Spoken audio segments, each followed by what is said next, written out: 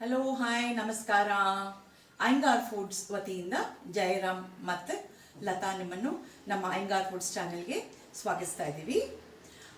ಇವತ್ತು ಮತ್ತೆ easy and quick foods ಶೀರ್ಷಿಕೆಯೊಳಗೆ ಎರಡು ಥರ ರೊಟ್ಟಿ ಮಾಡಿ ತೋರಿಸ್ತೀನಿ. You can consider as a snack item ಅಂತಲೂ ತಿಳ್ಕೊಬೋದು ಅದನ್ನು.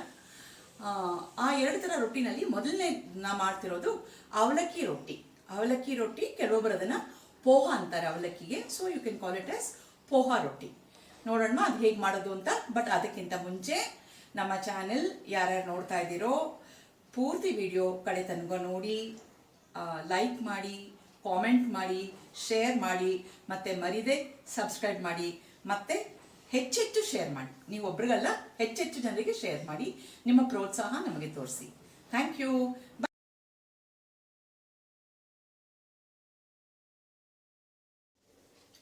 ವೀಕ್ಷಕರೇ, ಅವಲಕ್ಕಿ ರೊಟ್ಟಿ ಮಾಡೋಕ್ಕೆ ನಾನು ಪೇಪರ್ ಅವಲಕ್ಕಿ ಅಂದರೆ ತೆಳುವಿನ ಅವಲಕ್ಕಿ ಇದೆಯಲ್ಲ, ಅದನ್ನು 3 ಕಪ್ಪಷ್ಟು ತೊಗೊಂಡಿದ್ದೀನಿ. ನೋಡಿ, ಈ ಕಪ್ಪಿನ ಸೈಜ್ ಒಳಗೆ 3 ಕಪ್ಪಷ್ಟು ಪೇಪರ್ ಅವಲಕ್ಕಿ ತೊಗೊಂಡಿದ್ದೀನಿ. ಅದನ್ನು ಒಂದು ಚೂರು ತೊಳ್ಕೊಂಡು ಒಂದು 2 ರಿಂದ 3 ನಿಮಿಷ ನೆನೆಸಿಟ್ಟು ಆಮೇಲೆ ಈ ಸ್ಪೂನಲ್ಲಿ ಚೆನ್ನಾಗಿ ಮ್ಯಾಶ್ ಮಾಡಿಟ್ಕೊಂಡಿದ್ದೀನಿ. ಚೆನ್ನಾಗಿ ಪೇಸ್ಟ್ ಥರ ಈಗ ಮ್ಯಾಶ್ ಮಾಡಿಟ್ಕೊಂಡಿದ್ದೀನಿ. ಇದಕ್ಕೆ ಇವಾಗ ನಾನು 1 ಟೀ ಸ್ಪೂನಷ್ಟು ಜೀರಿಗೆ ಸೇರಿಸ್ಕೊತಾ ಇದ್ದೀನಿ. ಮತ್ತು ಸ್ವಲ್ಪ ಚಿಕ್ಕದಾಗಿ ಕಟ್ ಮಾಡಿರೋ ಹಸಿ ಮೆಣಸಿನ್ಕಾಯಿ, ಕ್ಲೀನಾಗಿ ತೊಳ್ಕೊಂಡು ಕಟ್ ಮಾಡಿ ಇಟ್ಕೊಂಡಿರುವ ಕೊತ್ತಂಬರಿ ಸೊಪ್ಪು, 2 ಎಸಳು ಕರಿಬೇವು, ಮತ್ತು ಕ್ಯಾರೆಟ್ ಒಂದು ಸ್ವಲ್ಪ ತುರಿದಿಟ್ಕೊಂಡಿದ್ದೀನಿ, ಮತ್ತು ತೆಂಗಿನಕಾಯಿ ಎಷ್ಟು ಬೇಕಾದರೂ ಹಾಕೋಬೋದು. ನೀವು ತೆಂಗಿನಕಾಯಿ ಹೆಚ್ಚಿಗೆ ಹಾಕಿದಷ್ಟು ರುಚಿ ಜಾಸ್ತಿ ಇರುತ್ತೆ. ಹಾಕೋತೀನಿ. ಮತ್ತು ನಾನು 3 ಕಪ್ ಅವಲಕ್ಕಿ ತೊಗೊಂಡಿದ್ನಲ್ಲ, ಅದಕ್ಕೆ 1 ಕಪ್ಪಷ್ಟು ಅಕ್ಕಿ ಹಿಟ್ಟು ಹಾಕೋತಾ ಇದ್ದೀನಿ.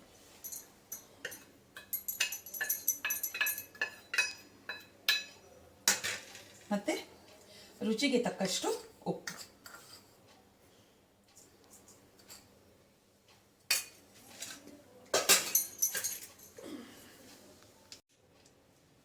ಇದಿಷ್ಟೆಲ್ಲ ಮಿಕ್ಸ್ ಮಾಡಿಬಿಟ್ಟು ಮೊದಲು ಹಗುರವಾಗಿ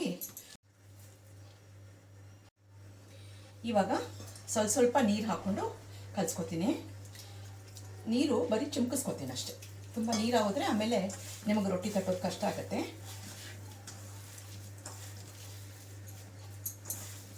ಚೆನ್ನಾಗಿ ಕಲಿಸ್ಕೊಂಡ್ಬಿಟ್ಟು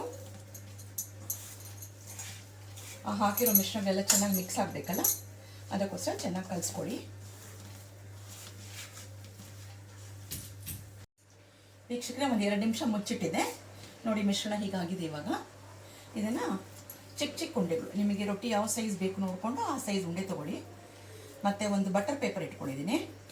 ಬಟರ್ ಪೇಪರ್ ಮೇಲೆ ತಟ್ಕೊಂಡ್ಬಿಡ್ತೀನಿ. ಇದನ್ನು ಕೈಗೆ ಅಂಟತ್ತೆ ಅಂದರೆ ಕೈಗೆ ಬೇಕಾದರೆ ಒಂಚೂರು ಜಿಡ್ಡು ಹಾಕ್ಕೊಳ್ಳಿ. ಜಿಡ್ಡು ಹಾಕ್ಕೊಂಡು ಇದರಲ್ಲಿ ನೀಟಾಗಿ ಬರುತ್ತೆ. ರೊಟ್ಟಿ ತಟ್ಕೊಂಡ್ಬಿಡ್ಬೋದು. ನಿಮಗೆ ಯಾವ ಸೈಜ್ ಬೇಕೋ ಆ ಸೈಜ್ ಮಾಡ್ಕೋಬೋದು.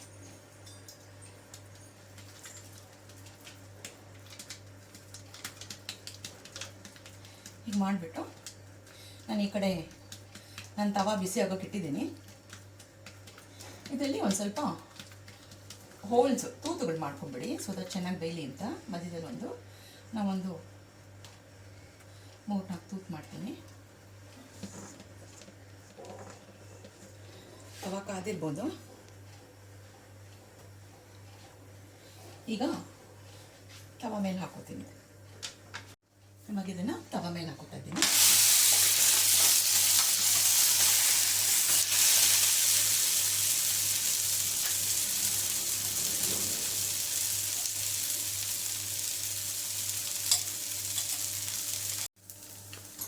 ವೀಕ್ಷಕರೇ, ನೋಡಿ, ಈಗ 2 ಸೈಡು ಆಗಿದೆ. ನಿಮಗೆ ಇನ್ನೂ ಕ್ರಿಸ್ಪ್ ಆಗಬೇಕಂದ್ರೆ ಇನ್ನೂ ಸ್ವಲ್ಪ ನೀವು ಬೇಕಾದ್ರೆ ಇನ್ನು ಸ್ವಲ್ಪ ತವಾಲಿ ಇಡ್ಬೋದು. ನಮಗೆ ಒಂದು ಸ್ವಲ್ಪ ಸಾಫ್ಟಾಗಿರೋ ರೊಟ್ಟಿ ಇಷ್ಟ, ಅದಕ್ಕೋಸ್ಕರ ಈ ಸ್ಟೇಜ್ ಒಳಗೆ ನಾನು ತೆಗೆದುಬಿಡ್ತೀನಿ.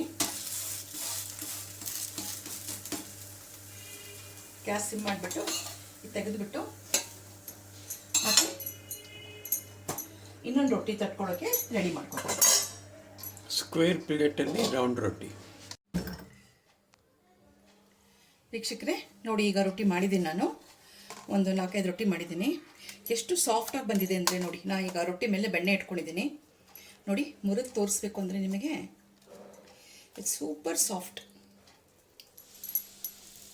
ನೋಡಿ, ಸಾಫ್ಟಾಗಿದೆ. ಸೊ ಭಾಳ ಸುಲಭವಾಗಿ ಮಾಡ್ಕೋಬೋದು. ಎಲ್ಲರೂ ಅಕ್ಕಿ ರೊಟ್ಟಿ ಮಾಡ್ತೀರಾ, ಬಟ್ ಇದು ಅವಲಕ್ಕಿ ಜೊತೆಗೆ ಮಿಶ್ರಣ ಮಾಡಿಕೊಂಡು ಮಾಡಿ, ಇದರದ್ದೇ ಬೇರೆ ಟೇಸ್ಟ್ ಇರುತ್ತೆ. ಈ ರೊಟ್ಟಿ ಮಾಡಿ ಬಿಸಿ ಬಿಸಿಯಾಗಿದೆ, ದೇವರಿಗೆ ನೈವೇದ್ಯ ಮಾಡಿಬಿಟ್ಟು ಈಗ ನಾವು ಸವಿತೀವಿ. ನೆಕ್ಸ್ಟ್ ನಿಮಗೆ ಮುಂದಿಂದು ಇನ್ನೊಂದು ರೊಟ್ಟಿ ಹೇಳ್ಕೊಡಕ್ಕೆ ಬರ್ತೀನಿ.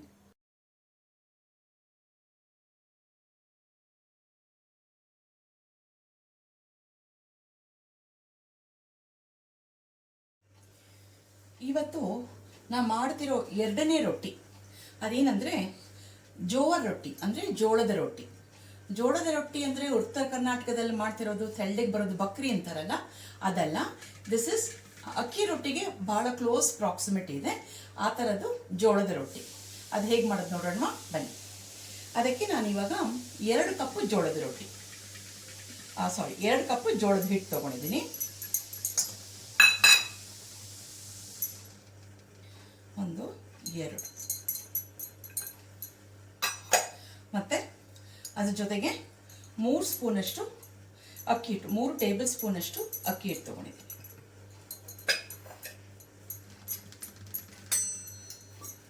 1 ಟೀ ಸ್ಪೂನಷ್ಟು ಜೀರಿಗೆ, ಒಂದು 4-5 ಹಸಿ ಮೆಣಸಿನ್ಕಾಯಿ, ನಿಮ್ಮ ಖಾರ ಇಚ್ಛಾನುಸಾರ.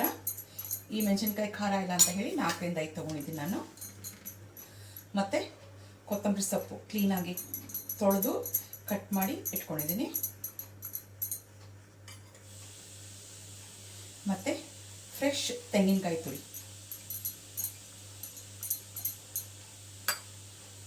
ಮತ್ತು ಇದ್ರೊಳಗೆ ಒಂದು ಸ್ಪೆಷಲ್ ಅಡಿಷನ್ ಏನಂದರೆ ಇದು ಬಟಾಣಿ ನೋಡಿ. ನಾವು ಫ್ರೋಝನ್ ಗ್ರೀನ್ ಬಟಾಣಿ ತೊಗೊಂಡು ಅದನ್ನು ಬೇಯಿಸ್ಕೊಂಡು ಮಿಕ್ಸರಲ್ಲಿ ತರಿಯಾಗಿ ಪುಡಿ ಮಾಡಿದ್ದೀನಿ.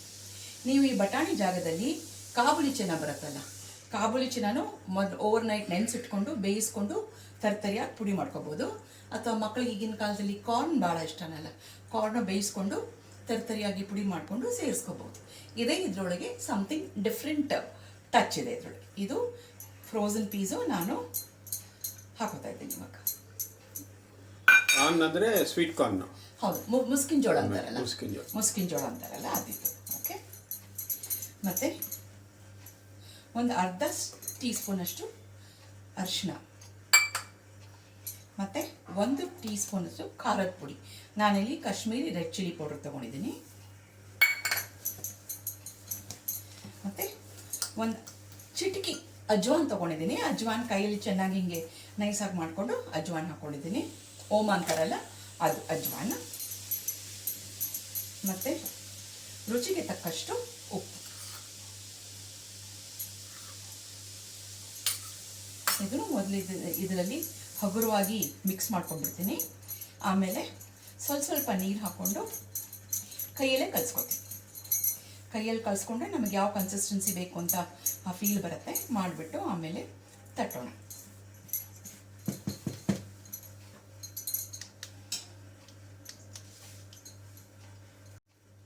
ಇವಾಗ ನೋಡಿ, ನಾನು ಸ್ವಲ್ಪ ನೀರು ಹಾಕೋತಾ ಇದ್ದೀನಿ.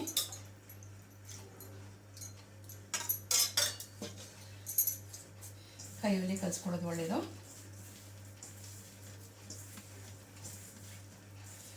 ರೊಟ್ಟಿ ತಟ್ಟುವ ಹದ ಬರಬೇಕು ನಿಮಗೆ. ತುಂಬ ನೀರು ಆಗೋದ್ರೆ ತಟ್ಟಕ್ಕಾಗಲ್ಲ ಅಲ್ವಾ, ಹಾಗಾಗಿ ಸ್ವಲ್ಪ ಹಾಕ್ಕೊಳ್ಳಿ ನೀರು. ವೀಕ್ಷಕರೇ ನೋಡಿ, ಎಲ್ಲ ಮಿಶ್ರಣನೂ ಮಿಕ್ಸ್ ಮಾಡಿ ಇಟ್ಕೊಂಡು ಒಂದು 2-3 ನಿಮಿಷ ಮುಚ್ಚಿಟ್ಟಿದೆ. ಈಗ ಈ ಹದಕ್ಕೆ ಬಂದಿದೆ, ಈ ಕನ್ಸಿಸ್ಟೆನ್ಸಿಗೆ ಬಂದಿದೆ ನೋಡಿ. ಇದು ಚಿಕ್ಕ ಉಂಡೆ ಮಾಡ್ಕೋಬೋದು. ಇವಾಗ ನಿಮಗೆ ಯಾವ ಸೈಜ್ ಬೇಕೋ ಆ ಸೈಜಿಗೆ ಉಂಡೆ ಮಾಡಿಕೊಂಡು ಒಂದು ಬಟರ್ ಪೇಪರ್ ಮೇಲೆ ತಟ್ಬಿಡೋಣ. ಈ ಕಡೆ ತವಾ ಇಟ್ಟಿದ್ದೀನಿ ನಾನು, ತವಾ ಕಾದಿದೆ. ಈಗ ಇದನ್ನು ನೀವು ಒಂದ್ಸಲ ತೊಗೊಂಡು ಉಂಡೆ ಮತ್ತೆ ಮುಚ್ಚಿಟ್ಬಿಡಿ, ಗಾಳಿಗೆ ಬಿಡಬೇಡಿ. ಜೋಳ ಅಲ್ವಾ, ಬೇಗ ಡ್ರೈ ಆಗೋಗುತ್ತೆ. ಒಂದು ಬಟರ್ ಪೇಪರ್ ತೊಗೊಂಡು ಬಟರ್ ಪೇಪರಲ್ಲಿ ತಟ್ಕೊಂಡ್ಬಿಡಿ. ಹತ್ಕೊಳ್ಳೋಕ್ಕೆ ಒಂದು ಸ್ವಲ್ಪ ನೀರು ಇಟ್ಕೊಳ್ಳಿ, ಕೈಗೆ ಅಂಟ್ಕೊಳ್ಳುತ್ತೆ ಅನಿಸಿದ್ರೆ.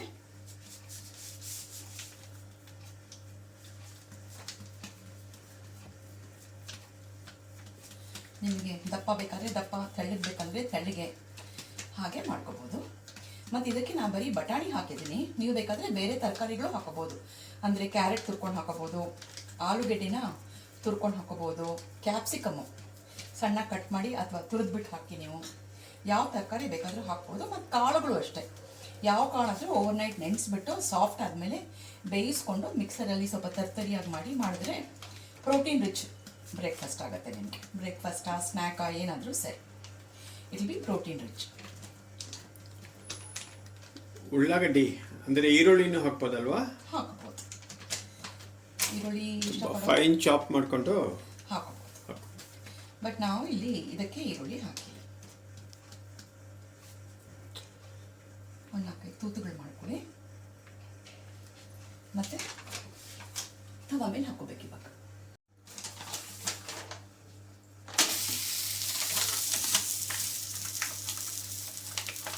ನಿಧಾನಕ್ಕೆ ತಗೊಳ್ಳಿ. ಜೋಳ ಅಲ್ವಾ, ಸ್ವಲ್ಪ ಜಿಗಿ ಜಾಸ್ತಿ ಇರುತ್ತೆ, ಅಂಟು ಜಾಸ್ತಿ ಇರುತ್ತೆ. ನಿಧಾನಕ್ಕೆ ಮಾಡ್ಕೊಳ್ಳಿ. ಮತ್ತು ಈ ಹುಣಸನ್ನೆಲ್ಲ ಒಂದು ಡ್ರಾಪ್ ಅಷ್ಟು ಎಣ್ಣೆ, ಜಾಸ್ತಿ ಬೇಡ.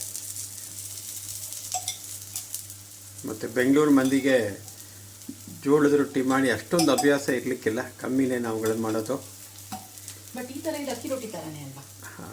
Not that north Karnataka traditional ಜೋಳದ ರೊಟ್ಟಿ ಅಲ್ವಾ? ಬಟ್ ಆದ್ರೂ ಸ್ವಲ್ಪ ಅಕ್ಕಿ ರೊಟ್ಟಿ ಅಷ್ಟು ಒಂಥರ ಜಿಗಿ ಏನಂತೀರಾ ಆ ಥರ ಅಂಟು ಸ್ವಲ್ಪ ಜೋಳ ಇರೋದ್ರಿಂದ ಅಂಟು ಇರುತ್ತೆ ಅಷ್ಟೇ.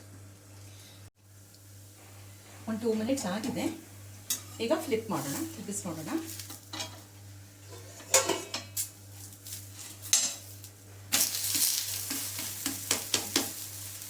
ಚೆನ್ನಾಗಿ ಬೆಂದಿದೆ.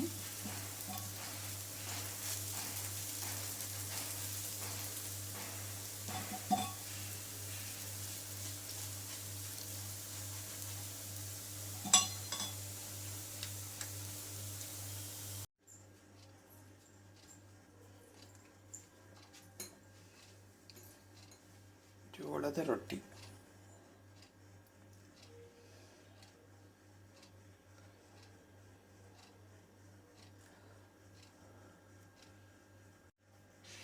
ನೋಡಿದ್ರಾ? ಅವಲಕ್ಕಿ ರೊಟ್ಟಿ, ಪೋಹಾ ರೊಟ್ಟಿ ಮತ್ತು ಜೋಳದ ರೊಟ್ಟಿ, ಭಿನ್ನ ಶೈಲಿಯಲ್ಲಿ ಮಾಡಿರುವ ಜೋಳದ ರೊಟ್ಟಿ ಎರಡು ಮಾಡಿ ತೋರಿಸಿದ್ದೀನಿ. ನೀವು ಮನೇಲಿ ಖಂಡಿತವಾಗಿ ಟ್ರೈ ಮಾಡಿ. It has a different taste. ಅದ್ರ ಫ್ಲೇವರೇ ಬೇರೆ ಥರ ಇರುತ್ತೆ. ಮಾಡಿ ಸುಲಭವಾಗಿ ಮಾಡ್ಕೋಬೋದು. ಮಾಡಿ ಅದನ್ನು ಎಲ್ಲರೂ ಮನೆಯಲ್ಲಿ ಸಂತೋಷವಾಗಿ ಸವಿರಿ. ಓಕೆ, ಇಲ್ಲಿಗೆ ಜಯರಾಮ್ ಮತ್ತು ನಾನು ಲತಾ ಇಬ್ಬರು ಅಯ್ಯಂಗಾರ್ ಫುಡ್ ಚಾನಲಿಂದ we are signing off. So ಮುಂದಿನ ವೀಡಿಯೋಲಿ ಸಿಗೋಣ. ಅಷ್ಟವರೆಗೂ ನೀವು ನಮ್ಮ ವೀಡಿಯೋಸ್ ನೋಡ್ತಾ ಇರಿ, ಲೈಕ್ ಮಾಡ್ತಾ ಇರಿ, ಶೇರ್ ಮಾಡ್ತಾ ಇರಿ, ಸಬ್ಸ್ಕ್ರೈಬ್ ಮಾಡ್ತಾ ಇರಿ. Okay, bye. ಥ್ಯಾಂಕ್ ಯು, ನಮಸ್ಕಾರ.